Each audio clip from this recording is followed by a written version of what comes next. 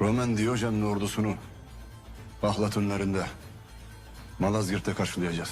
Onların asla karşılık veremeyeceği dev bir orduyla saldıracağız onlara. Türklerden sadece bizden aldıklarını değil, sahip oldukları her şeyi alacağız. Her şeyi.